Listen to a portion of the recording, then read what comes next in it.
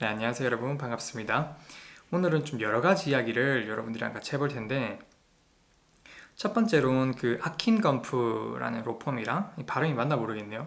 아킨건프라는 그 로펌이랑 맺은 계약, 그리고 두산, 그리고 오늘 있었던 3M이랑 이제 맺은 계약, 그리고 이제 인사이더들이, 내부자들이 이제 주식을 좀 팔았거든요. 거기에 대해서 한번 간단하게 이야기를 해볼까 합니다.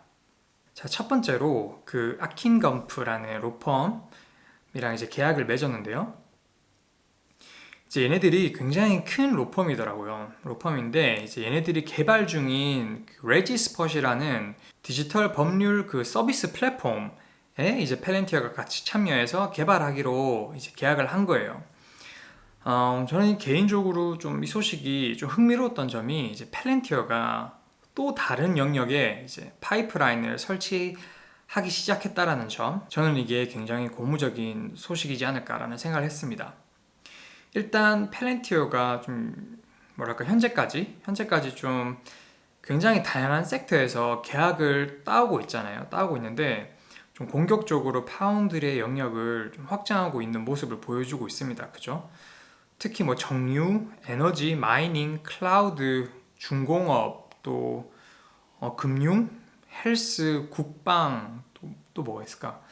뭐 대테러도 있고, 그리고 항공도 있죠. 스카이와이즈 항공도 있고, 그리고 이제는 법까지 이제 파이프라인을 꽂으면서 좀 개인적으로 앞으로 또 어떤 새로운 섹터에다가 이제 파이프라인을 설치할지 굉장히 기대가 되는데, 뭐 개인적으로는 우주 쪽으로도 이제 파이프라인을 설치해서 아크엑스에도 좀 편입이 되면은 굉장히 좋은 어, 시나리오가 펼쳐지지 않을까라는 생각을 하지만, 뭐 어쨌거나 개인적으로는 이렇게 펠렌티오가 좀 만들어가는 OS 시스템이 정말 웬만한 섹터에는 다 좀 적용이 가능하지 않을까라는 생각을 했습니다. 그리고 제가 알기로는 이 법률 쪽 섹터가 굉장히 큰 규모라고 알고 있거든요. 그래서 여기서 이제 펠렌티어가 자리를 잡기 시작을 하고 잘 자리를 잡으면 또 굉장한 인컴 소스가 되겠죠. 다만 이제 조금 아쉬웠던 게 이제 이 딜이 어느 정도의 규모의 딜인지 뭐 이야기된 게 정확하게 없습니다. 어느 정도 펠렌티어가 돈을 벌 수 있을 거다 라는 이야기는 전혀 없어가지고 뭐 저희가 추측을 할 수밖에 없지만, 뭐 중요한 건 어쨌든 이제 새로운 분야에 좀 발을 내딛었다 라는 거에 좀 굉장한 좀 기대감이 들게 되는 것 같아요. 네. 그리고 이제 두 번째가 두산 인프라코어랑 이제 작업을 했는 후기에 대한 영상이 올라왔잖아요. 저는 이게 딱 자고 일어났는데 아침에 이제 트위터를 확인을 했는데 펠렌티어 공식 그 트위터에서 이제 두산이라는 단어가 보이는 거예요. 그래가지고 뭐지? 그러면서 이제 11초짜리였나? 10초짜리였나? 아무튼 그 영상을 플레이를 했는데 진짜 뭐랄까 이 국뽕이랑 팔뽕이 이렇게 좀 차오르는 거를 경험을 했습니다. 그리고 이제 바로 이제 유튜브 들어가가지고 그 제대로 된 영상을 확인을 해봤는데요. 이게 뭐 펠렌티어랑 계약을 했다라는 영상이 아니고 이제 펠렌티어를 써본 후기에 대한 영상이에요. 두산이 펠렌티어를 써보고 어땠다라는 걸 이야기를 하는 영상인데, 여기 영상을 통해서 보면은 사실 두산이랑은 벌써 2년 전부터 계약을 맺고 이제 서로 작업을 하는 관계였고, 뭐 물론 이제 2년 전 이야기니까 지금 이제 소식이 전달되는 건 아니지만, 분명한 건 지금 뭐 팔렌티어랑 계속 파트너십을 유지하고 있다라는 거겠죠. 그래서 일단 자세한 거는 뭐랄까 영상 자체가 워낙 좋고 이렇게 설명도 잘 돼 있는 것 같아서 두말 안 하고 그냥 같이 한번 보시면은 좋을 것 같아요.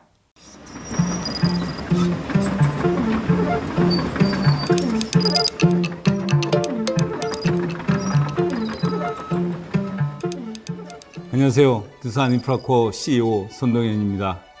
제가 2017년에 디지털 트랜스포메이션을 드라이브할 때 40년 전부터 생성된 방대한 데이터들이 수많은 시스템 속에 산재되어 있었습니다.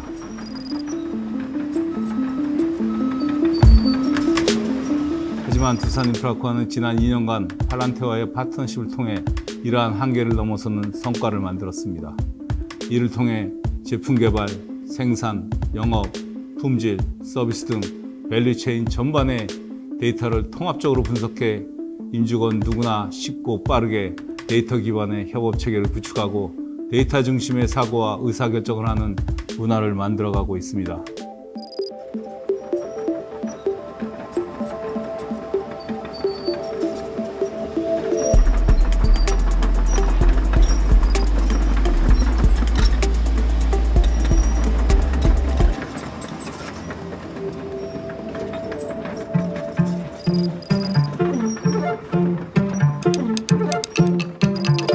두산 인프라코어 데이터 인텔리전스 팀을 맡고 있는 변우철입니다. 제가 제조업의 주요 밸류 체인인 SCM 업무를 가지고 한번 설명드려 보겠습니다. 건설 장비의 SCM은 마켓 트렌드의 변화를 빠르게 감지하고 신속하게 대응하는 게 핵심입니다. 그런데 아쉽게도 2020년은 코로나 바이러스로 인해 글로벌 팬데믹 상황이 벌어지게 되면서 시장의 변화를 센싱하는 기존의 방법들에 문제가 생기게 되었습니다. 그래서 DI360에서 팔런티어와 함께 만든 약 3억 노후에 달하는 빅데이터인 시장 수요 데이터셋과 자사 건설 장비에 달린 TMS 기기를 통해 생성된 장비 가동 시간 정보를 이렇게 워크플로우를 만들어 매시간 업데이트되는 장비 가동 시간 트렌드를 분석하여 국가별 마켓 수요의 회복 속도를 현장에 가보지 않고 데이터 기반으로 빠르게 센싱할 수 있게 되었습니다.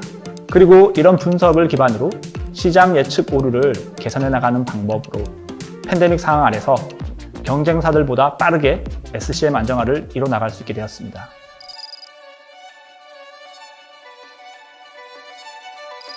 DI360 R&D 영역 시스템 구축을 담당한 헤비 제품기획 김동현입니다. 접근성 개선도 필요했기에 팔란티어사와 논의 끝에 개발 사이클에서 필요한 다양한 영업 정보들이 모두 담겨 있으면서 하나의 통합 권한으로 관리되는 그러한 시스템을 구축하기로 하였습니다. 신제품 개발 시 목표로 했던 판매량, 판매 가격, 수익성, 품질 수준 등의 개발 목표 항목들에 대한 실시간 확인은 물론 데이터 분석에 필요한 마켓시어 변동 현황 등을 MPD 성과 관리라는 하나의 워크플로어에 담아 이를 통하여 제공되는 생생한 정보들이 보다 나은 신제품 개발의 밑거름이 되는 선순환 구조 업무 환경이 구축되었다고 생각합니다. 전통적 제조 산업의 오래된 업무 관행에서 벗어나 디지털 기술과 데이터 기반의 새로운 업무 방식을 추구하게 되었다는 점에서 큰 의미를 찾을 수 있습니다.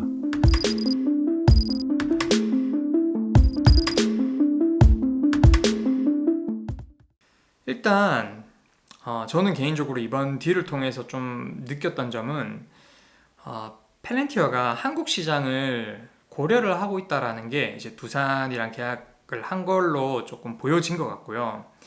사실 일본이랑은 이미 워낙 좀 긴밀한 관계를 맺고 있잖아요. 솜포도 그렇고 후지츠랑도 그렇고, 그래서 좀 긴밀한 관계를 맺고 있는데 앞으로도 한국 기업들이랑도 조금 협업을 기대할 수 있지 않을까라는 생각을 했습니다.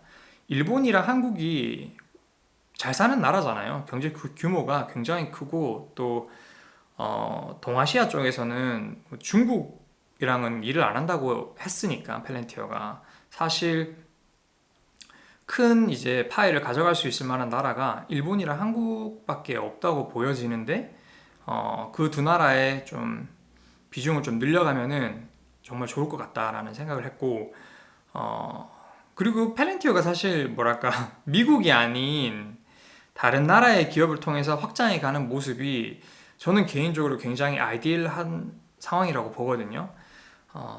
더군다나 이제 펠렌티어가 중국이랑은 절대 일을 안 할 거다라고 공표를 했기 때문에 사실 중국이라는 시장을 어떻게 보면 놓친 건데, 그거를 감안을 감안을 하기 위해서라도 진짜 이렇게 공격적으로 미국을 제외한 다른 나라에 거의 모든 중국을 제외한 거의 모든 나라의 시장에 침투를 해야 됩니다. 그리고 실제로 좀 그렇게 하려는 의지가 보이는 것 같고요. 그래서 얼마 전에 있었던 그 리오틴토, 그것도 호주였고, 그죠? 이번엔 한국이었고, 이제 또 다음에는 또 다른 어떤 나라랑 협업을 할지 굉장히 기대가 되는 부분입니다.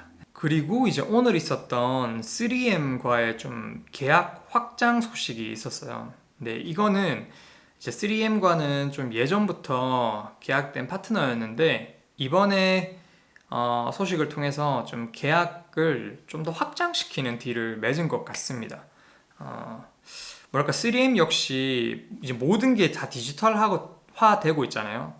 이제 모든 기업들이 디지털 혁신을 이루려고 많이 노력하는 과정인 것 같은데 3M 역시 뭐 다를 게 없죠. 그래서 이 과정 속에서 펠렌티어의 좀 파운드리를 사용을 해서 정말 얘네들이 만드는 제품이 정말 수만 개잖아요. 3M이 만드는 제품이 그 제품에 대한 수요에 대한 변화라 해야 되나? 뭐 그런 것들을 좀 바로바로 감지하고 대응할 수 있는 공급망을 좀 만들려고 펠렌티어랑 이번 딜을 맺은 것 같습니다. 이것도 조금 아쉬운 게 이제 요 딜 역시 좀 정확한 뭐랄까 구체적인 규모는 알려진 게 없고 그냥 멀티 밀리언 달러의 규모라고만 이제 소식이 전해졌습니다. 네. 뭐 어찌됐든 3M은 설명을 할 필요도 없는 정말 어마어마한 세계에서 손꼽히는 제조업 회사잖아요. 그래서 뭐 이런 빅피쉬랑 좋은 관계를 좀 지속적으로 맺고 있고 펠렌티어가 그리고 이번에 좀 확장되는 소식도 좀 전해주면서 3M이 펠렌티어의 기술력에 굉장히 만족을 하고 있고 앞으로도 많은 걸 기대하고 있다 라는 걸 좀 보여주는 그런 계약이었던 것 같습니다. 그리고 이제 요게 조금 interesting한 좀 흥미로운 이야기였는데요. 그 펠렌티어가 락업 해제 후에 이제 인사이더들이 주식을 팔았다라는 소식이 오늘 여러 매체를 통해서 이제 전달이 됐는데 그 뉴스를 보면은 코파운더 중에 한 명인 이제 스티브 코엔이 2 밀리언 쉐어를 팔았고 펠렌티어의 제너럴 카운슬인 매튜 롱 이분도 50만 주를 팔았고 그리고 라이언 테일러 이분도 22만 주 정도 팔았다고 하고요. 그리고 이제 회장이신 우리 피터 틸 형님도 20 밀리언 쉐어 정도를 팔았다. 락업 해제가 되면서 뭐 아무튼 뭐 이런 뉴스가 나왔는데 특히 그 스티브 코엔이 판 2 밀리언 쉐어는 본인이 보유 중인 주식 중에 90%를 팔았다 라면서 조금 제가 보기엔 굉장히 자극적인 기사가 나왔습니다. 자, 그래서 지금 이 기사가 나간 후로 이제 레딧에서 이 뉴스를 주제로 좀 이야기가 좀 나왔는데 결론적으로는 사실 하나하나 따지고 보면은 제 생각에는 전혀 걱정할 게 없지 않나라는 생각을 합니다. 자, 그 이유로 첫 번째로는 이제 스티브 코엔이 90%나 되는 자기가 보유 중인 주식을 팔았다고 하는데 사실 이거는 클래스 A 주식의 보유량이에요. 그래서 펠렌티어 주식 구조라 해야 되나? 그게 여러분들도 다 아실 텐데 A, B 그리고 F라는 이렇게 구조가 있는데 이제 스티브 코엔이 여기서 90%를 팔았다라는 거는 이제 클래스 A에 대한 주식이에요. 그래서 사실 그 펠렌티어의 고위 내부자들은 클래스 A보다 클래스 B를 훨씬 많이 들고 있는 경우가 많아요. 그 S1 파일링에서 봐도 스티브 코엔이 행사할 수 있는 그 클래스 B의 쉐어의 숫자가 이번에 18일에 판 2 밀리언의 클래스 A의 숫자보다 훨씬 많다라는 걸 알 수 있습니다. 그리고 이제 클래스 B 쉐어는 클래스 A 쉐어로 언제든지 변환이 가능하죠. 그래서 사실 이걸 조금 따져보면 별 문제가 안 되는 거죠. 그 뉴스에서 보도했던 대로 보유량 중에 90%를 팔았다라는 건 그냥 클래스 A의 보유량 중에 몇 퍼센트를 90%를 판 거지 클래스 B의 쉐어를 A로 변환을 시켜버리면 사실 이 2 밀리언 판 거는 정말 소량인 거죠. 그리고 실제로 이걸 2 밀리언 정도를 팔아가지고 수익을 얻은 게 한 50 밀리언 달러 정도라는데 말이 안 되잖아요. 그 어마어마한 큰 기업에 마켓 캡이 50 빌리언 정도 되는 큰 기업의 코파운더 중 한 명이 자기 주식을 90%나 팔았는데 수익이 50 밀리언밖에 안 된다라는 건 일단 말 자체가 안 되는 거기 때문에 사실 저는 조금 자극적인 기사를 써낸 게 아닌가라는 생각을 했습니다. 그리고 또 뭐랄까 18년 동안 일을 뼈 빠지게 했는데, 그리고 스티브 코엔 이 사람은 뭐랄까 진짜 처음 펠렌티어의 그 소프트웨어를 라이팅을 하신 분이기 때문에 정말 뼈 빠지게 일을 하셨을 거라고요. 그래서 이 정도의 캐시아웃은 저는 개인적으로 정말 당연한 거라고 생각을 했고, 별로 큰 문제가 전혀 안 된다고 생각을 합니다.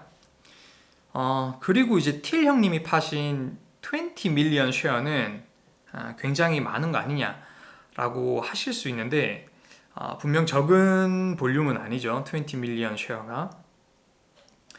근데도 이것도 계산을 막상 해보면은 이제 펠렌티어 내부자들이 가지고 있는 총 주식 양이 대략 한 185 밀리언 정도가 되는데, 그 중에 20 밀리언은 이제 겨우 한 10%가 좀 넘는 비중이잖아요.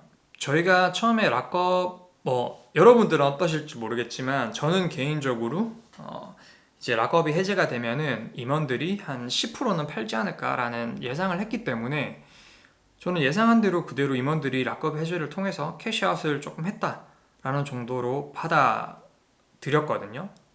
여러분들은 어떠실지 모르겠지만, 그래서 저는 이것도 큰 문제가 안 되는데 왜 그렇게 자극적으로 기사를 내지? 라는 생각을 했습니다. 물론 기사를 내는 애들은 특별한 의도가 있었겠죠.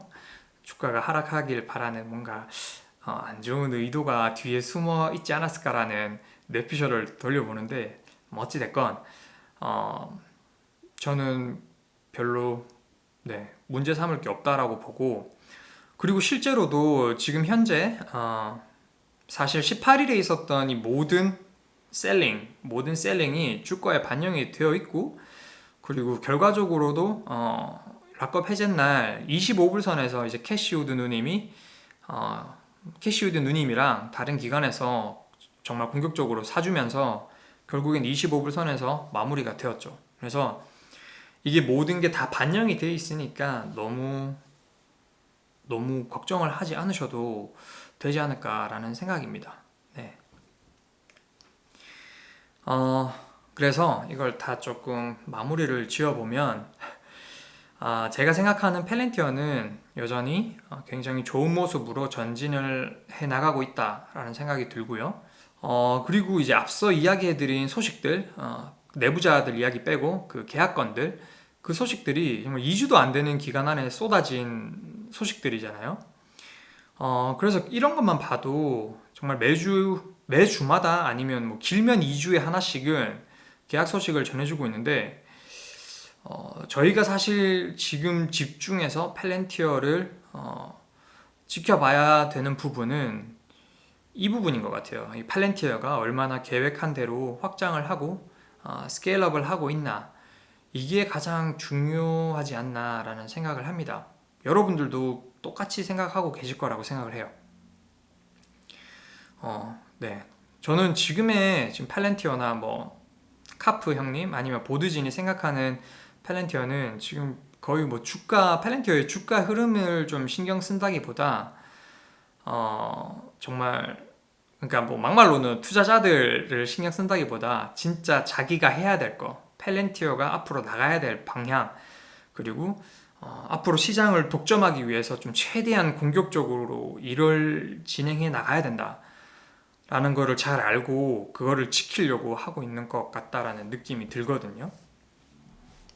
그래서 저는 지금이 너무 좋습니다. 주가는 지금 저희가 신경 써야 될 부분은 사실 좀 아닌 것 같고, 멀리 볼 거기 때문에 지금은 펠렌티어가 계약을 얼마나 잘 따오는지, 매출은 얼마나 증가하고 있는지, 펠렌티어가 제시한 앞으로 5년 동안 매년 30% 이상의 성장률을 보여줄 수 있을지, 그거를 유심히 지켜보면 될 것 같습니다. 나머지 뭐 주가가 올라가면 좋지만 뭐 내려가면은 다들 여러분들이 이제 내려가면 산다라는 마인드가 강하시기 때문에 저는 너무 좋은 것 같아요. 여러분들도 마인드도 너무 건강하시고 그렇기 때문에 너무 지금 상황은 좋은 방향으로 가고 있는 것 같습니다. 네. 아무튼 오늘은 이것저것 다 다루다 보니까 영상이 좀 많이 길어졌는데요. 너무 지루하셨을 것 같은데 제가 막 미스터 에그님처럼 센스 있게 막 영상을 제작하는 재주가 없어가지고 어쩔 수 없지만 아무튼 영상을 봐주셔서 너무 감사드리고 또 다음에 흥미로운 소식이 있으면 또 여러분들에게 전달하기 위해서 영상을 만들도록 하겠습니다. 네. 아무튼 오늘도 영상 봐주셔서 너무 감사드리고 다음에 또 다른 영상으로 만나요. 그럼 들어가세요.